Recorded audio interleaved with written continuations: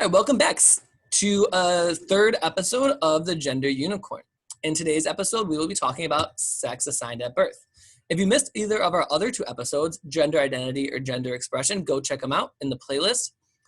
If you've already watched them, then you are all set to watch to watch this video on the sex assigned at birth portion.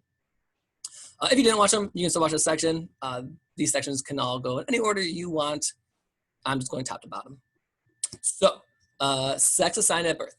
Gender identity, up in the brain. Gender expression, entire body, right? How you express yourself, gender identity, how you feel you are in your brain. Sex assigned at birth is down here. This is just what did your genitals look like when you were born and what did the doctors say they were? So, most people, the majority of people when they're born, are born with either a penis and testicles or a vagina. Vulva, vagina, uterus, ovaries, those kind of things. And so, you're born, doctor pulls you out, looks at your genitals and says, all right, that's a vagina, that's a penis, you're a male, you're a female. Now, as we discussed earlier in gender identity portions, whatever your genitals are, that does not mean that's how you identify in your brain.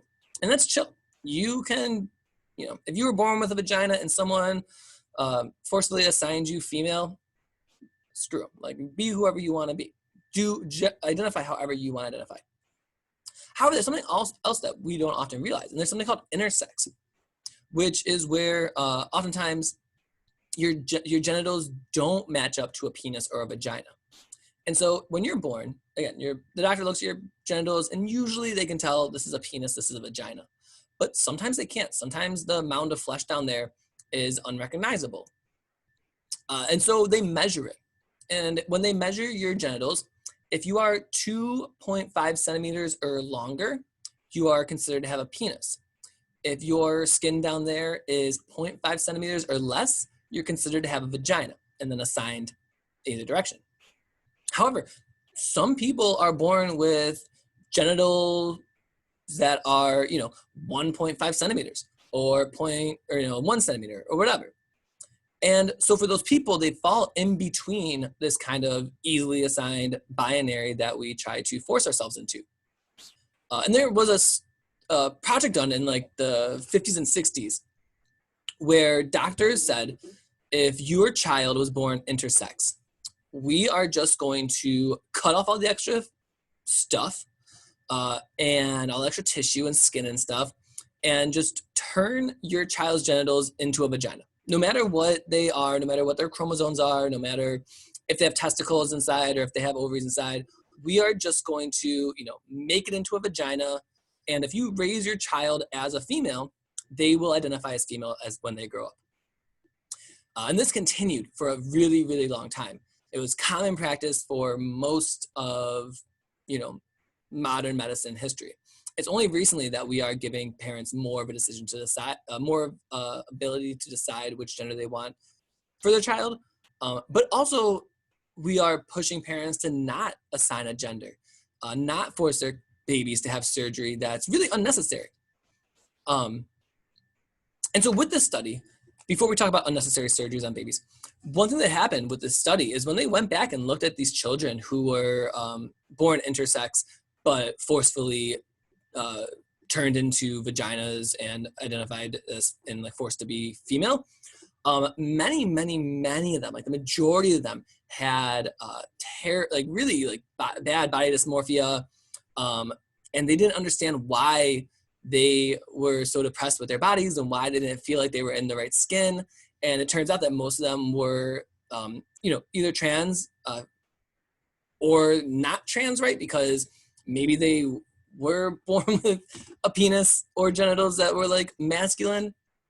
But for most of them, they had really terrible body dysmorphia. They had really terrible depression and anxiety and all sorts of other things because doctors thought that they could just teach these people to be females and they would be females. But that's just not how our brains work.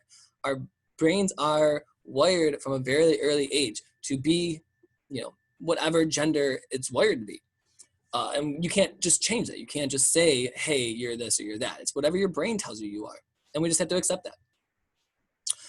And so let's talk about unnecessary surgery for a minute. So like I said, a lot of parents were just forced to cut off the skin around their baby's genitals and turn it into a vagina or a vulva looking thing so that they could, be forcibly identified as a female. But nowadays we're trying to push away from this and just let your child have whatever genitals they want and let them tell you when they're, able to speak what gender they identify as. It's people are doing this for all sorts of babies, right? We might hear about people not assigning their child a gender at birth and just letting their child decide for themselves when they get a little bit older. But especially with intersex babies, it's really, really important. We don't force surgery on them until they decide what they want to be or what they feel they are. And people might say like, well, it's stupid. They're a baby. They're not gonna know what they want to be until they're like in puberty and figure out who they're sexually attracted to or whatnot. But that's BS. Studies show that most children understand their gender identity at a very early age, like before 5 years old. And so we often like discount this and say like, oh, they're just children. They don't understand what they're talking about. They're only 5 years old. But really, studies show that if a child's transgender and they can tell that they're transgender at a very early age, they might not have the language to express that because nobody ever taught them that language, but they can identify it if they are taught the language. And so just give your child the ability to decide for themselves, especially if they're intersex. And as a culture, we kind of have to get away from this binary and asking people like, oh, is it a boy or a girl when the baby comes out?